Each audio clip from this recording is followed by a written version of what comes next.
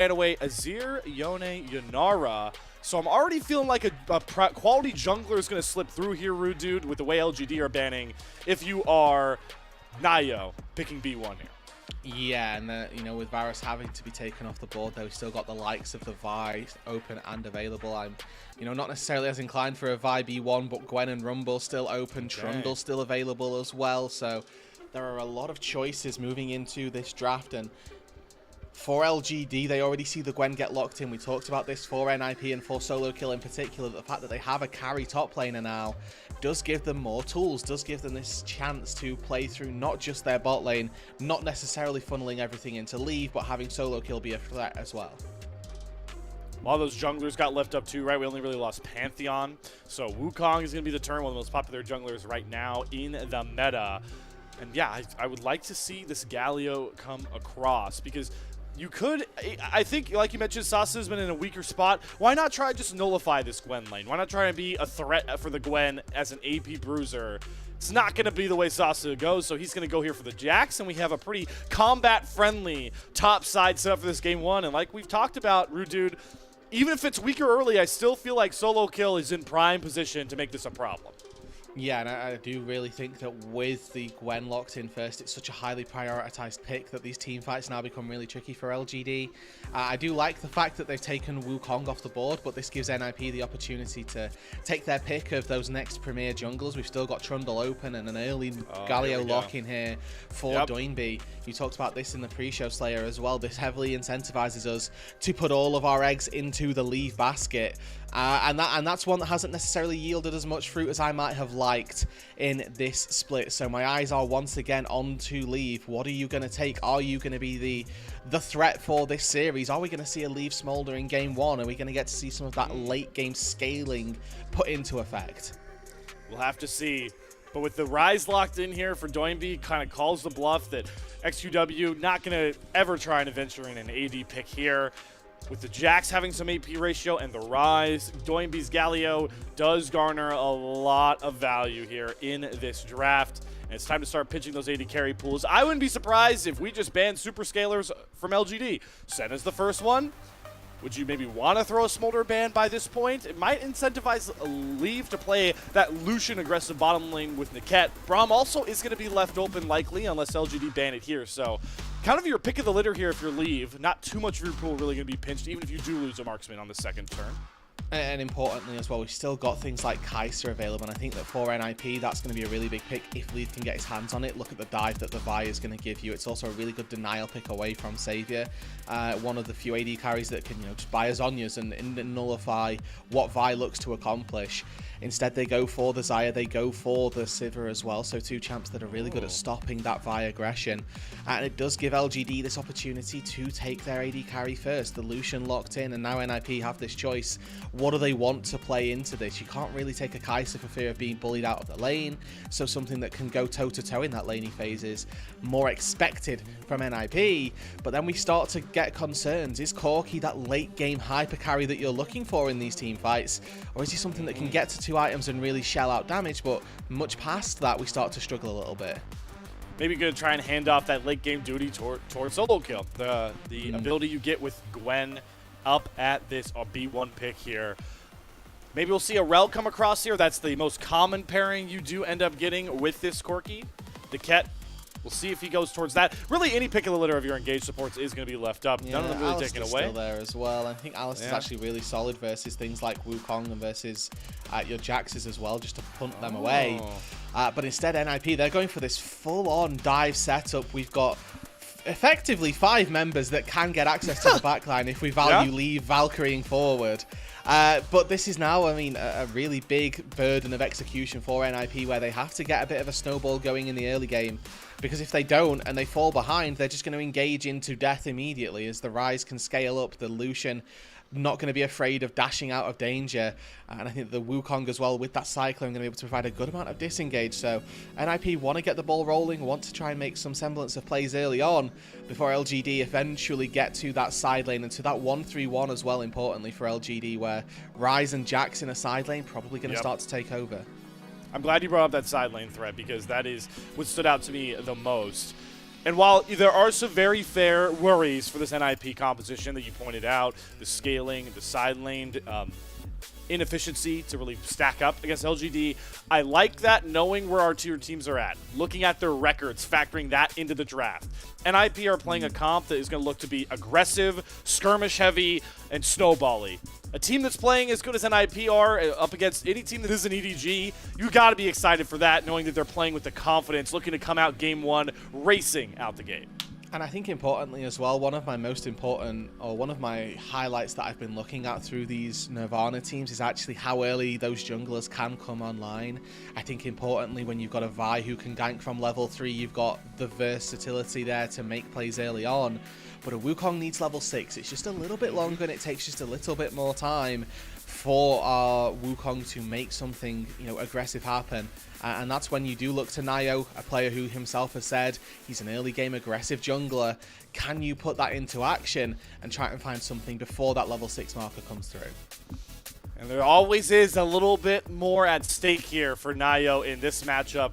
Always like to make sure and reflect on it. If you remember Group Nirvana last time round, it was Climber who came into that placement series, the last series LGD got. They bench Naiyou, they lose, and he now moves on to better and brighter pastures. So matching up against that same jungler that took away his chance at the play-ins is always a big stake in the series.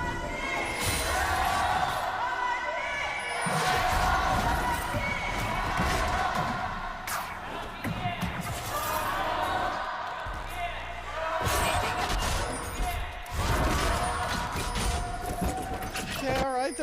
There was some bite back from the LGD fans. It wasn't a smattering of the LGD support. Yeah. So that's always nice to see here. I do like to see. Interesting, we always talk about this AI tracker. It's always funny to me at the bottom here, Rude Dude, because I feel like it's actually diametrically opposed to what you were talking about. It favors the NIP team that was completely reflective. I got thrown off by red-blue side. So they're kind of with you that LGD are going to kind of outscale this game as it goes on.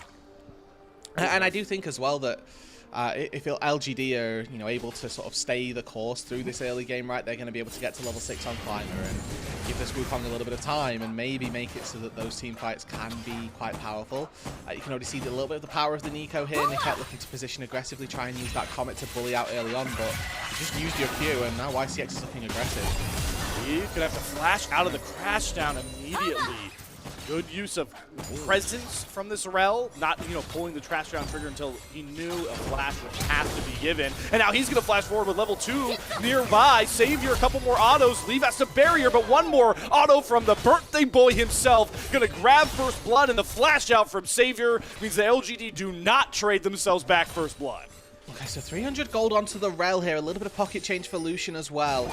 Double summoner spells burned by almost everybody. Just Niket holding onto the flash. Really important mechanical play down on this bot side. NIP missing out on crucial spells. Phosbomb went wide from leave. Niket missed 2 of those Qs. And importantly, it's LGD who are able to punish Savior, constantly looking, constantly poking and probing in this laning phase. It's going to generate that small advantage. Now Climber has been spotted here. That ward going down indicates to Naiyou that something's happening, but he's got no prior from his solo lanes. And Climber used the Trickster to smite away the Wolf over the wall. Has much more HP on his side, and Doinb is jailed under his turret. Way too low to be able to move. He's going to lose the big Wolf. He's going to lose virtually his entire top side here, Rude Dude. Yeah, and importantly as well, we talked about the fact that this NIP composition is the one that wants to get off to the races. The fact that LGD are already starting to invade, beginning that snowball, is pretty telling. Climber now walks down into the bot side. He might spot the Vi on this blue buff, but again, it's all about how much control his laners have. Look at the bot lane push. Niket and Leaf have got complete control over it.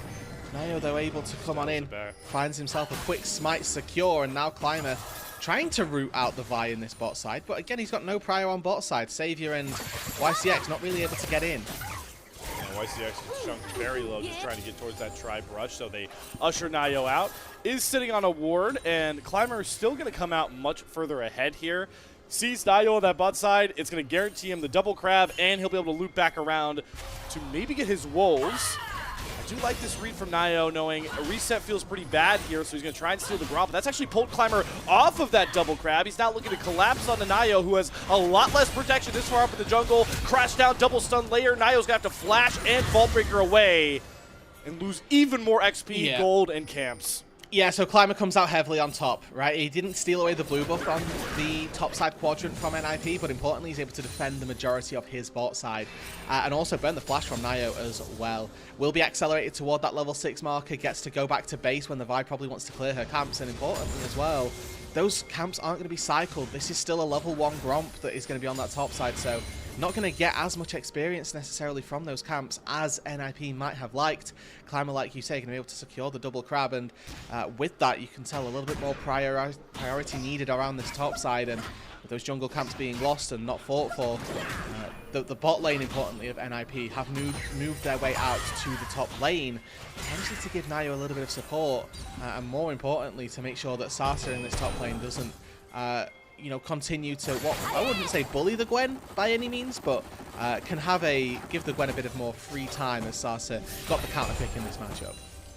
But the big takeaway, like you were alluding to a bit earlier, Rudu, is point out before we got into the game that Naiyou had the better timer pre-level 6 on the Vi compared to the Wukong. That's virtually nullified. He has to spend all this time catching up on camps, and by the time he's in a decent spot, having to reset through for the first time, Climber very well might have the Cyclone up, and he's already looking to capitalize prior to that moment with the swap coming out, as you alluded to. He's got 2v1 on the bot side, so this is a free dragon for LGD. The comp that we expected to be better later on is much better in these early stages, and that is worrying for Ninjas and Pyjamas. And actually, I'm quite happy to see LGD take this. I think that this is something that I've been missing from teams, is that when these lane swaps come through, we're not seeing appropriate advantages taken. So frequently, I think it should just be quite easy to take the dragon with your bot laners, having prio down there, and it's so infrequently done. Sasi, though, looking to be pressured on this top side. Remember, the Vi level 5 has got that CC as Solokill boosting 6. Yeah, I mean, YCX is nowhere near here. Savior completely out of position, and now the dive's going to come across on Sasi. They're going to teleport out from YCX with that spell book, so he's going to cover the dive, but again, should have never sacrificed Savior on the bot side. No, and I guess the theory here from Savior is, well, my jungler's nearby, he can come and help me, but Climber was committed to that dragon, right? It spent so long doing it, and Solokill just really wisely going for that attempted play and making the most of it. You can see he's coming out very heavily on top in this side, or in this lane swap, and yeah, they lost the dragon, but they've now got a Gwen who's up 500 gold, is going to be probably fine for a long time in this lane versus the Jax now. With a couple stacks on the Dark Seal, those plated steel caps picked up as well. Really nothing to worry about for Solokill until 3-4 items have come through, and Sasi might then be able to start to fight back. And now NIP with this grub timer, you're going to get the ultimate out of, Naiyou, online soon with the Vault Breaker. You're going to get Doinb with the global presence, and most importantly, curious to see if Niket can tick over to level 6, because like we talked about, NIP are going to be pretty skirmish heavy and skirmish dominant with this Galio, especially this Galio versus Ryze. You need to give the Ryze a lot more time, so a grub fight you would favor NIP, but the flash down from YCX is going to immediately trade, leaves flash back out. His flash has just been on timer this entire game so far. And importantly, look at that mid lane as well. Look at that movement immediately. They were looking for a dive on that top side, but they know that if Doinb spots it, he can just go with the ulti as well. Make sure that there's a bit of support. And unfortunately for LGD, they're not able to fully capitalize. Would have liked to have seen them dive on that top side and really bully leave out. But not going to be the case. There's a bit of movement up toward these grubs now coming through. Going to be a 4 versus 4 as neither top laner in the area, but Solokill does have that teleport if he wants to join in, if NIP want to really contest. Level 6 up for leave here. Bold AD carries having Vault Breaker into the pop loss, and they're going all in. NIP are driving onto Climber, and there's no way for LGD to get in the pin, even with the Galio threat ultimate. That's exactly the snap engage you want to see out of NIP. Yeah, everybody's just terrified, unfortunately, from LGD, right? Their composition not necessarily the greatest at going for those engages. They want to be set up. They want to be able to move in as a sort of collapse with ICX on one side, Climber Sasi on another, but now Naiyou Not spotted the rest of LGD. Okay. SQW gonna look for the collapse. He's gonna flash into the room prison, but it doesn't get the snare, only the snow. So luckily YCX is a double stun layered. Doinb as well. No mana, no way to help Naiyou out, and the Vault Breaker is gonna be canceled by the birthday boy, who desperately and is gonna gift the kill over to Savior. YCX is willing LGD, even in this game, all across the map. Yeah, and a little bit too much there from Naiyou, especially when he can consider that if he'd have just played a little bit safe, he's got his own camps to go to take, that advantage doesn't need to be given over. Now he burns his flash, he loses out on a little bit of time also. Both of our junglers here certainly struggling in their own regards. Climber using his clone a little bit early around the grubs to not really get himself out of danger. Naiyou actually has recovered very well in this jungle matchup. We talked about the fact that he was set quite far behind off of that initial clear, but that dragon take for Climber took him so long that it gave Naiyou all the time he needed to catch back up and to become relevant once again. We talked a lot about a very interesting jungle game for both of our junglers when it comes to pathing, prioritization of some of these neutral objectives, and, well, there is one place that all of you guys at home can learn a bit more from some of the best junglers that around the world that have to offer. That is our awesome sponsor, ProDiff, that we want to shout out. If you want to learn from some of the best in the LTA, you've got the ERLs and NACL as well. Make sure to take a look out at ProDiff. Use the code LPL10 to get some off of your purchase there and learn from the best. So we want to shout them out as we've had such intriguing jungle gameplay in our first game in Group Nirvana. Yeah, and I think that looking at the ability of Naiyou and Climber to continue to impact this game and the impact that they end up having will be instrumental. I do want to highlight, though, that I think that this side lane setup for NIP is very winning.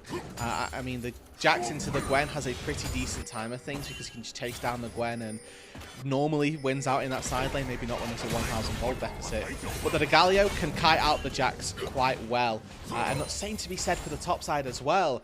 Gwen can immune a lot of the damage of the Rise using that W to make sure that XQW in this situation can't be as aggressive. So while the lanes are like this, I actually really favor NIP to be able to continue to find advantages as XQW. No flash. And this is what you want to see, using the Vi across the map to punish these side lanes. And how great is that they're able to get the kill on the Solokill. And now up over 1,000 gold in this top side for Ninjas in Pyjamas. And this is what we're looking for out of NIP, is to put gold into the Gwen. We highlighted in the draft that they may look to put a lot of gold into Leave. Well, actually, the Corki, not your super late game scaler. Who have we got in the game that's going to do that? Well, it's the Gwen. And actually, Solokill now finds his second kill. He's going to get solo first brick on the top side. And he should now be able to be very propelled into this mid game. We've got a dragon that is now live. I think that by the grace of NIP, they're going to give this one and allow LGD to take it, but any neutral objectives coming up, this Gwen is absolutely monstrous. We'd like to see her really go and contribute now to the team and actually look to be aggressive. But also, Rudud, on top of that, how much of a bane is an accelerated Gwen to how LGD want to play this game? Mainly side lanes, right? That one part of the comp with the Rise and Jax that you talked about being such a strength for LGD later. Now, I mean, you can't reliably leave anybody to 1v1 side lane against Solokill for a very long time, if not the rest of the game, the way Gwen works. Yeah, it's definitely now questionable for LGD, and I think that importantly, right, the Jax pick here is ideal for late game and that you should be able to punish the Gwen at parity later on. The issue is that getting to that stage and getting to a point where Sasi is even on gold is going to be so difficult. Yeah, 1.8k down by this current moment, and there's no signs that Solokill will slow down whatsoever. Swap down towards that bot side because NIP want to see if they can claim themselves another outer tier 1. Or, more importantly, try and set themselves up to stop this Drake stacking of their own, if they can. Dragon's still about 3.5 minutes out, but that is a big win con that LGD are going to have to try and lean on playing for. But this comp, I feel, still needs some time before it can really start punishing win some of these fights up against NIP. With the snap engage and the layering of CC they have, they're just not quite even close to having XQW online either to be a huge threat. A little bit of trading in the mid lane. Now they're looking for Solokill. Yeah, you can just use the Realm Warp to bring a 1 versus 3 into Solokill, and they're committing all these ultimates to try and kill off Solokill, but he nearly and should not find that trade, but boy, it got close. And now Naiyou is going to cease and desist commit on top of Sasa with Doinb here as well. He's going to commit the hero's entrance, gets the knockup, should be able to layer the taunt, and we trade both of our top laners out, but that is more of a win for LGD on this half. It is. Getting the shutdown on the Gwen is actually really important, and I think that really good spacing as well out of both of our teams. Climber just able to, by the skin of his teeth, not go down. It's actually very, very important. The fact that you don't trade 1-for-1 there is just a net positive for LGD. They're able to get a little bit of time now down on that bot side, and getting the shutdown, I guess, is a very important part. For Climber, though, him getting that little bit of gold puts him hopefully a little bit closer to the Vi. You can see that gold disparity really starting to open on up. But it's just an attempt onto Solokill's life, one that is ultimately successful. You know, they don't waste any time. They commit everything to this. And they are able to just barely take down Solokill without any repercussions. You can see 3 ultis committed onto 1. And I think without Triumph there, or maybe the level up, there would have been a different story that we would be telling. And I hate to say, unless you keep knocking this Gwen down over and over, it's going to get a lot harder to kill off that Gwen, even 1 versus 3 by this point. NIP, though, in current time, are going for a Rift Herald that LGD are looking to collapse on. No top laners would teleport except for Solokill. If he wants to join this, NIP can't get a 5 versus 4, but Doinb is going to go right after XQW, gets the taunt, and now everybody else for NIP commits to Pop Blossom onto 2. Naiyou on the back line as well. Solokill's going to TP in, but it's Climber to secure the Herald, but can he get towards the eye? Because NIP are cutting off his escape angle, and they're going to take YCX down with him. Flash taunt comes across from Doinb. Even Climber will not survive. Sure, you slide away the Rift Herald, but you come away with nothing. And you're empty-handed as well. You get the smite, you get the XP, but you don't get the bonus from taking any turrets. Yes, the tier 1 on this bottom side will fall. It's going to be a bit of gold into Sasa, but I do think that for LGD, that's probably the weakest area of the map to put that money. With NIP finding 2 kills there, and with a lot of summoner spells being burned, the flash on Rise, YCX as well having to exchange his flash. This is another massive win for NIP, and that gold lead continues to grow. Again, look how this team fight starts off. It's NIP retracting when they need to, and then just that pink ward in the bush. XQW gets engaged on, and really, he has flashed this whole time. He should be looking to flash much, much sooner. He's already out of this fight. If he'd have flashed early, he could have contributed to this, and maybe looked to skirmish his way out with the rest of his team. We see Leave able to get some really good damage onto Savior as well, who's not joined up with his squad. Means that the Lucian, completely isolated, has to dash over the wall and can't contribute either. Just the way that these team fights are taken. Not really well played by LGD, and you know, once again, it's those issues that we highlighted in the pre-show, that when it comes to these hands checks, they've got the right ideas about how or what they want to do, but how they're going to do it is just completely missing. Never more apparent. I'm glad that you pointed out with that XQW flash. And speaking on XQW as the main range here for LGD, I want to give a bit more credit that maybe we didn't see in the draft from NIP's approach, especially with this Nico pick. With Lucian in here and the Rise pretty far behind the ball, still needing time with the Roa and the Seraphs, these ults, the Vi ult, the Nico ult, the Galio ults, they all can really layer a low-range CC composition from LGD that right now is going to try and take up this dragon. They do get over to Ocean Soul Point. Coling's going to come down on the lead, but there's the Galio coming through with the knockup to stop Sasa mid-dash. Naiyou's going to go down alongside Niket, though, so it has to be Solokill with this needlework, getting rid of these low health bars. Leave can't get close enough, and they're going to realm warp about 10 feet forward, but it's enough to get LGD all on the same page and allow for Savior to push out the damage. Flashes, executes onto Solokill, and now it's just Doinb and Lee with no way out and no way to trade any of those blinking health bars. And completely against the run of play, it's 3 kills for LGD and the Dragon. NIP just sleeping at the wheel here. We highlighted that they should be looking to take fights around the next Dragon all those minutes ago. But Solokill's late to the party. NIP are completely just spread to the wind. Naiyou had started this off, but he gets caught out. Sasa actually doing really, really well to push the Vi away and stop bullying out Naiyou the second that Sasa sees. As soon as he queues over the wall, LGD know that they've got this window to burst down the Dragon, and then the fight afterwards ensues. But NIP's composition wants to go forward. They use the Galio ulti defensively. Naiyou gets caught out because he's not got the team and the Galio ulti on top of him.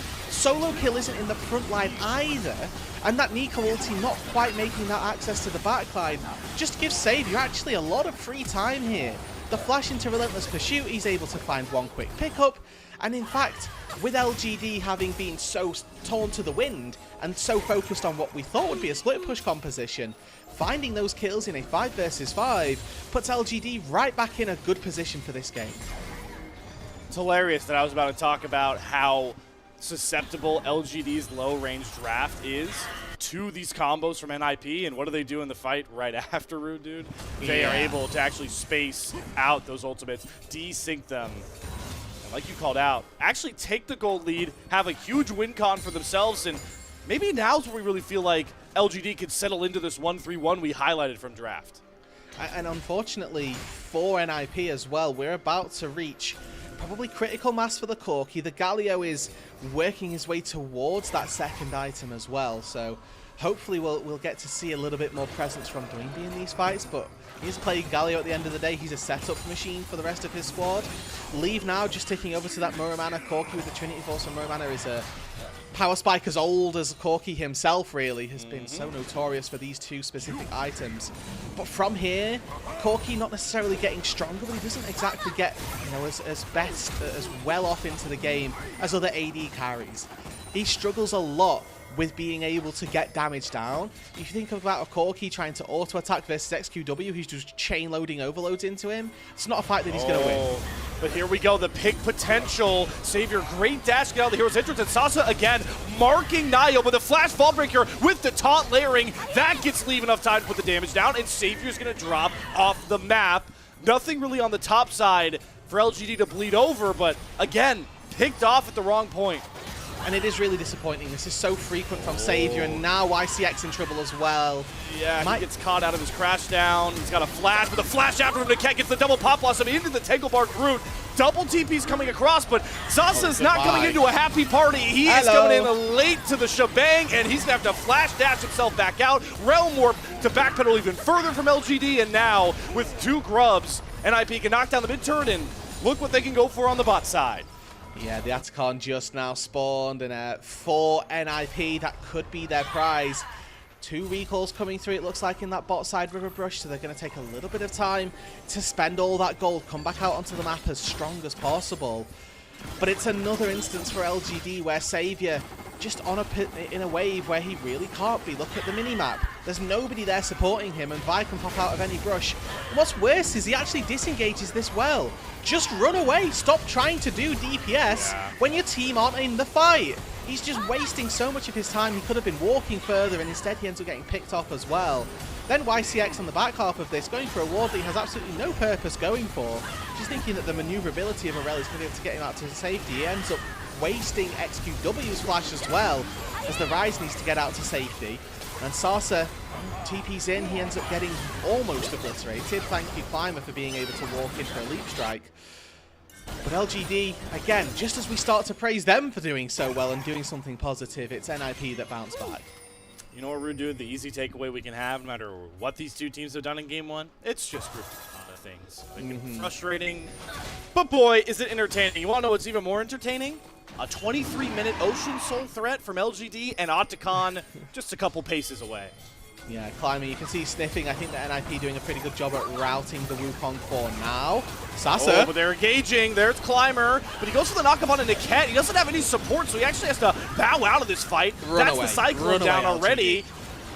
And this is not winnable anymore. Yes. They've just wasted Wukong engage. It's no ulti on the Climber as well. If he goes in, it's a one-way trip.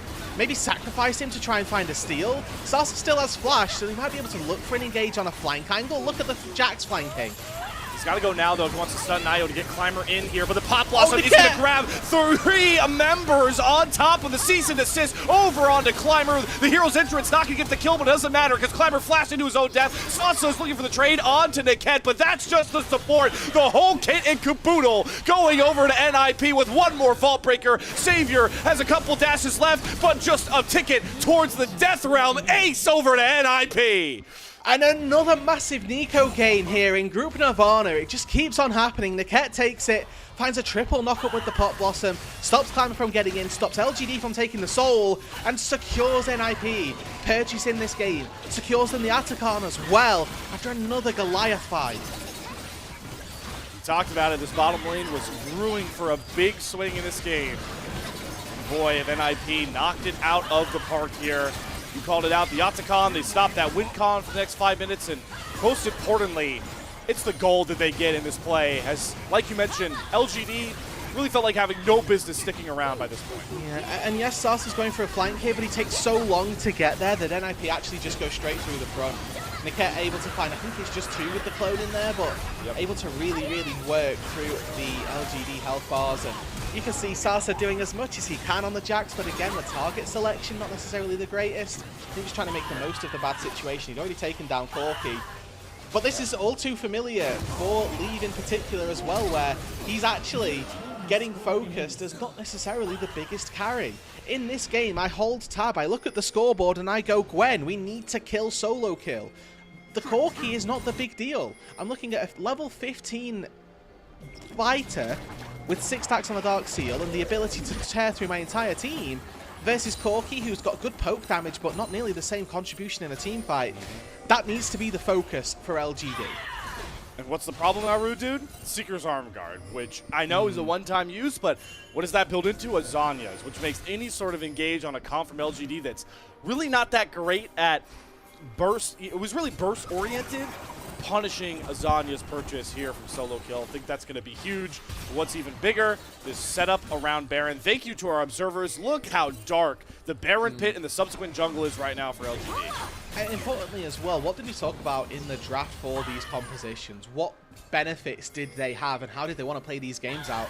NIP was all about 5 versus 5. For LGD, we talked about the side lane and the power that a Jax and a Ryze are going to have in the late game. But when we look at these 5 versus 5s, it's not necessarily as good as what NIP have got to offer.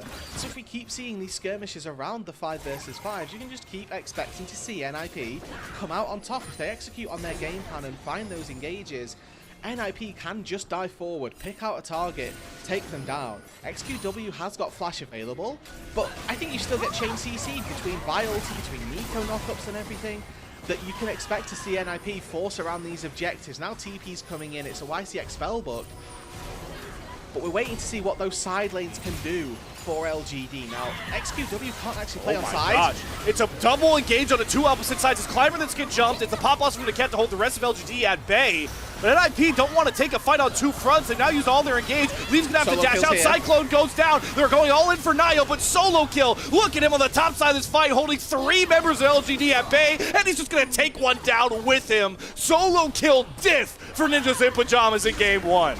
And Sasa Climber go into the backline. They can't find access. The complete spread from LGD gives them no chance in that fight. And now Solokill, we saw this at level 6. Are we going to see it again later on? Doesn't have the needle work, but Xavier is playing a dangerous game. Nonetheless, it's just a distraction from Solokill. It's going to be Baron onto all 5 members of NIP as they are going at a torrential pace for a Nexus explosion. Yeah, and NIP here, they fluffed the first engage. You highlighted it, that it's onto 2 different sides. Niket goes one way, we see Naiyou go another, and actually LGD, they're able to stave off this aggression. But then Sasa comes in and Solokill comes in as well. Look at this ramp and how it's just a complete split between the 2 sets of front lines. Solokill is able to single-handedly hold back 3 members of LGD, where the 2-man band of LGD diving forward, Sasa Climber, get melted. Completely different, and the power of this Gwen, this B1 pick that we highlighted, it's coming home to roost, Slayer, and this is why you take it. And even though this is Group Nirvana, where it's not as big a level as play compared to Group Ascent for NIP, Solokill is showing why he gives this Ninjas in Pyjamas roster such a different edge, no matter who they are going against. As we see with that Baron buff in tow, the side lane priorities of LGD completely minimized. No real chance for them to get any access to these turrets to try and take anything down. And we highlighted him in the pre-show for a reason, that Solokill 4.2 thousand gold up over his counterpart. Looking on these side lanes, Solo able to take these tier 2s. You can see Climber lurking in the wings, attempting to see if there's a timer to engage, but ultimately LGD have to sacrifice that tier 2, and Leave with the blue wall doesn't spot it. They gotta go now if they want to, but leave, dash, and flash. Perfect, and now they teleport with the Realm Warp XQW! What? You can't commit to that Realm Warp once everybody gets out, and now it's just a disaster. NIP smell blood in the water, and they're gonna hunt for it. Diving after Savior. Solokill doesn't care about turrets. He just cares about snipping away at his scissors on any LGD member that gets too close for comfort. Sasi stasis, not gonna matter. Solokill is gonna grab himself another kill for NIP, and they're just gonna wrap this game up with a neat little bow at about 29 minutes. The LGD handshake once again as XQW throws his life and throws game 1.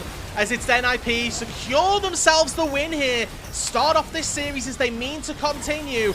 Game number 1 to the Ninjas. In classic Nirvana fashion, it may have not even been that clean from NIP at points, but a win's a win, and most importantly, I think, Rudu, to reflect on here is no matter what little mistakes we see NIP make in the early game, maybe into the mid-game phase, this team just feels so lethal in those later stage fights and setups.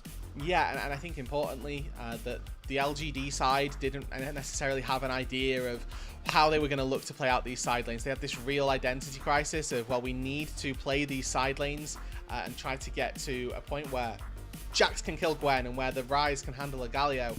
But they got pushed so far behind early on that they never had that chance, they never had that opportunity, and that Naiyou on this Vi actually really did push the pace of the game through the mid game. I think that the Ninjas actually did a really good job at looking for those picks on the side lane. I remember seeing XQW caught out at least once in that top lane to the Vi, Savior dying in the mid lane as well, and that's just the power that the Vi has. Her engage range is so much higher, the power of a Galio flying in over the top as well, just a little bit more identity for NIP, and they're able to commit and really do well with their execution. And what is even better for NIP here, we kind of talked about it a bit during the game, but again, reflecting on what we've seen from Split 2 for all these teams is a fun experiment to do in this final split. But NIP, it felt like before, they couldn't win any games unless Leave was ahead, Leave was the priority. You mentioned it, I want to praise you for it in this game, how absent the core queue's been. That is kind of a problem, but the fact that NIP can win a game with such an absent Leave in the real grand scheme of things, I think bodes well for this team being a threat from multiple angles. Yeah, and I think that importantly, we got to see what the power of Solokill is. We highlighted him in the pre-show for a reason, the opportunities that he gives to this NIP composition. Saw this Galio get locked in, and we're thinking, okay, well, either Leave needs to have a massive game or Solokill needs to have a massive game. And importantly for the Gwen, that was exactly what happened. On the top side, we got to see him stave in, do really well through the early stages. That laning phase, he was able to do well versus the Jax. Then finds a Solokill versus Savior, who once again had a couple of shaky moments in this game where he's, pushing level 5 versus level 6 up against a Gwen. He loses his life for really no reason, where, anybody looking at this can go, well, this is a bad spot for you to be in. What are you doing, buddy? And then in that mid lane as well, gets caught out by a Vi engage, gets punished for trying to stick around and do DPS when he really shouldn't be. As we get a look back at the gold graphs and the damage, Leave does actually pump out a lot of damage quality to him in that aspect, but the numbers that I gravitate towards, Climber, just this Wukong never was in a spot to be a threat. I think we saw more defensive Cyclones than offensive ones, and XQW, I think he ends the game with Seraphs and Roa, which is integral to a Ryze kit, but there's no damage there, and there was no chance for XQW to ever put any damage down in this game. 30 minutes into the game, you're hoping for a little bit extra juice in the back pocket of the Ryze as well. And when your Ryze is only just out DPSing the enemy Galio, that definitely signifies a problem. I will say that for Leave, in this game, I think that my criticisms of Leave previously have been that he gets caught out on mid waves and that he's just doing the wrong thing at certain times. In this game, that wasn't necessarily the case. He was very quiet, I think, through these team fights, but we'll get to have a chance now as we look through these highlights, actually being quite punishing in certain instances, looking to just keep himself safe, and during the skirmishes that were happening, he's actually doing a very good job at keeping himself alive and pumping out that DPS. Never necessarily being the problem, but never necessarily being the outright DPS threat. Here was the one fight angle that we did see from LGD. I think Sasi, for You know, it's funny because Solokill's going to end up being the player of the game, right? He's like the big playmaker in this one, but you got to remember they lane swapped the Jax out pretty early, and like you mentioned, Savior gifts a kill over. This game, this Gwen in particular, I feel like is actually not Sas's fault. I think he was one of the most competent members in this game from LGD. Yeah, I'll agree with that. I actually think that, you know, for a player that, again, I've given my fair share of criticism over to, for the most part, Sasa played this game as serviceably as we might have expected from a Jax. It just comes down to the fact that the rest of the team, right? Lucian, notoriously a difficult champion to get DPS out on as the game gets later and later. The Ryze as well, maybe a little bit easier to get damage down on as the game gets later, but never really given the resources to be able to do that. And that Jax in this situation, I think maybe the one criticism I have is this fight in particular, where he goes the long way round instead of trying to just hop over the wall and into the pit. Might have been able to contribute to the fight a little bit earlier, but even still, he's there. He's the one that's actually doing the right thing in terms of trying to take down priority targets. And you're going to start to see here as we get to the back half of these fights, so I think Ruben has done such a good job highlighting for LGD, which is just, I'll call them misinputs on some of these kits, right? And in particular, the last one is going to sting a lot, but from the XUW. But again, it's these. You never really felt like the Wukong Cyclone forward with the Rel. It was never really on the same page. And well, in this fight, it was mostly Solokill's fault, but this comp never really got to flourish from a fighting standpoint like they wanted to, or from the split push scenario like we were talking about earlier. Yeah, and I think, again, it's just this idea that during the team fights, LGD really are struggling. This is that missed engage that, you know, Leaf just Valkyries away from XQW. He's expecting his team to fully commit. They kind of have to fully commit there, but even if they do, we see Solokill's already in position to catch them out, probably to pick up the pieces. And that at this stage in the game, LGD were just in such a losing position that the percent chance of them finding a good fight is like literally 0.5%, and they probably have to commit forward to try and find it, but they're not able to do so, and the NIP actually punished them really well. NIP looking to set themselves up for a 7-1 scoreline through 8 series. And, well, it really is helpful when you always have the Leave Senna games. You know, a lot of people last week were talking about how outrageous his stacking was on this champion with the Senna at one point coming across. You talk about the Smolder of Play-Ins Past. He has the Lucian in his bag that we won't get to see this series.